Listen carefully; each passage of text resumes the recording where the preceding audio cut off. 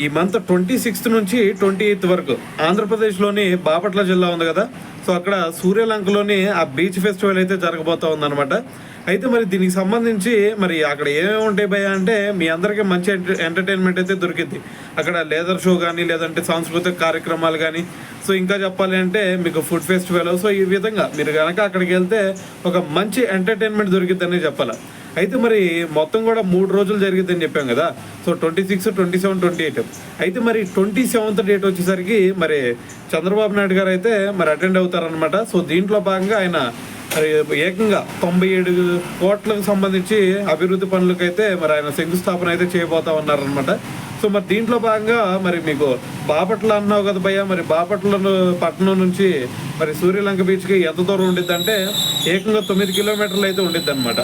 So మరి మీలో ఎవరైనా సరే అటెండ్ అవ్వాలి అనుకుంటే మరి అటెండ్ అవ్వచ్చు దీనికి.